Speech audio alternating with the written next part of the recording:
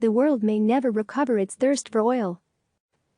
London: the world is learning to live with less oil. It may never look back. The coronavirus pandemic has destroyed demand for gasoline and jet fuel as billions of people stay home, and there's no guarantee it will ever fully recover despite rock-bottom prices. The oil industry is bracing for the effects of the crisis to linger. Employees keep working from home. International travel stays scarce. And citizens in once polluted cities, having become accustomed to blue skies, demand tougher emissions controls, encouraging governments to redouble efforts to tackle the climate crisis. Such changes would come on top of a push for investors to dump oil assets that had been gaining momentum before the recent price crash. Sustainable energy investments, by comparison, appear to have held up relatively well despite stock market volatility. All this could mean that global demand never returns to its 2019 record high, a scary prospect for oil companies and their employees from Texas to Western Europe and countries such as Russia, Nigeria, or Iraq that depend heavily on selling crude.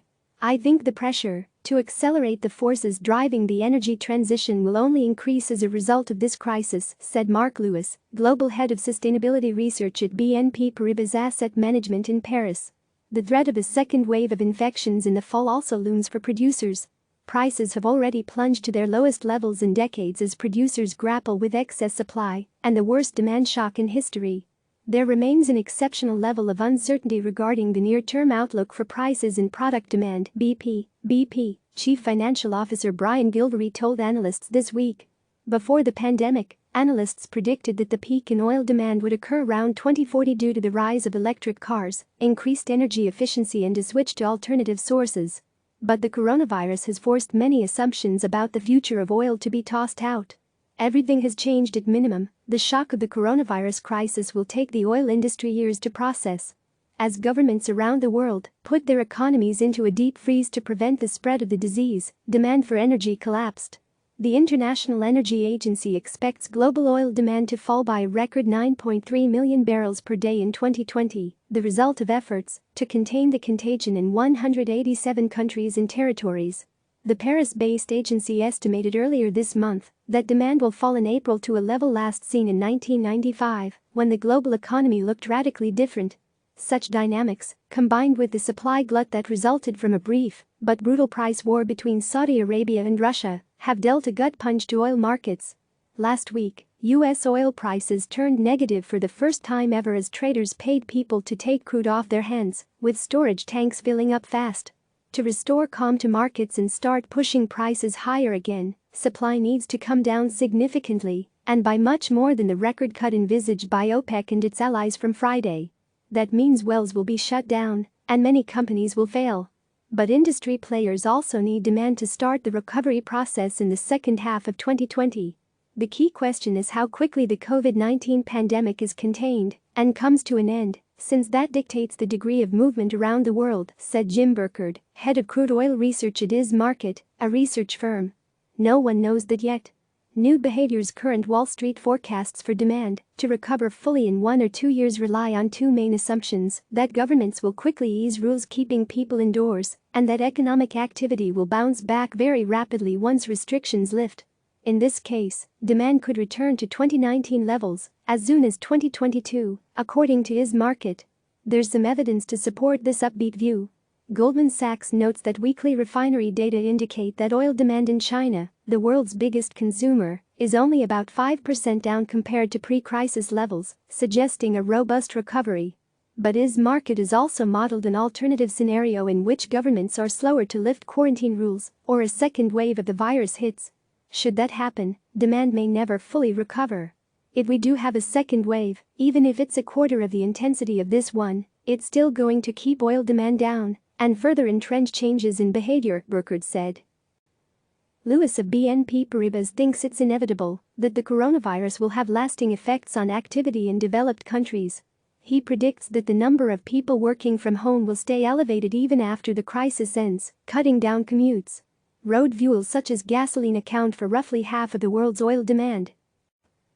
He also says the psychological impact of the virus will weigh on travel for a long time, encouraging businesses to limit the number of conferences they attend and reducing the frequency at which people fly generally. "I just fail to see how aviation can ever go back to the rates of growth we were seeing before this crisis emerged," he said. Aviation accounts for a smaller portion of oil demand than ground transportation, but it has been a key driver of growth in recent years. Carriers such as Lufthansa and British Airways have already warned that their businesses will have to shrink because the sector won't recover for years. Last week, Rystad Energy, a consultancy based in Oslo, moderated its predictions for a rise in oil demand in the second half of the year, factoring in a weaker outlook for gasoline and jet fuel consumption. The big role for governments such behavioral shifts, the thinking goes, could clear the way for governments to take more aggressive action to promote renewable energy and pivot away from the use of fossil fuels, allowing countries to meet their commitments under the Paris Accord sooner. That could be especially true in Europe, which has pledged to cut emissions at least 40% below 1990 levels by 2030. German Chancellor Angela Merkel said Tuesday that tackling climate change must be woven into the solution to the coronavirus pandemic. "If we look at the severe harm that has been caused by the corona crisis to our economies all over the world, we also have to encourage each other not to forget climate protection," she said. There are already signs that European cities will use the pandemic as an opportunity to keep pollution down. Milan said last week that as the city opens back up, it will reserve more street space for bikes and pedestrians. "Of course, we want to reopen the economy, but we think we should do it on a different basis from before," Marco Grinelli, deputy mayor of Milan, told the Guardian newspaper. "It's also a major opportunity for China," Lewis said. The country recently extended its subsidies on electric vehicles to 2022, but later said it will cut them by 10% this year. In the United States, much rests on the outcome of the 2020 election. President Donald Trump has been a vocal supporter of America's oil and gas sector, recently promising a bailout package.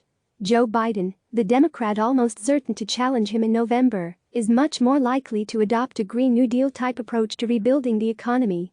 Bjornar Tonhagen, head of oil markets at Rystad Energy, still expects demand to hit a new record in 2022, powered by a surge in activity as daily life gets back to normal. But government action in the wake of coronavirus could fast-forward the timeline for peak consumption. The remainder of 2020 will prove crucial in setting the trajectory. Some countries could prioritize their economic recoveries over efforts to cut emissions, Tonhagen said. That will be tempting given that crude is so cheap. Lower prices are slowing down this move to renewable energy sources, said Giovanni Stanovo, an oil analyst at UBS, who does not believe the peak in demand has been reached. But Lewis noted that renewable energy has gotten much less expensive in the past decade, with prices falling 70% to 90% depending on the technology.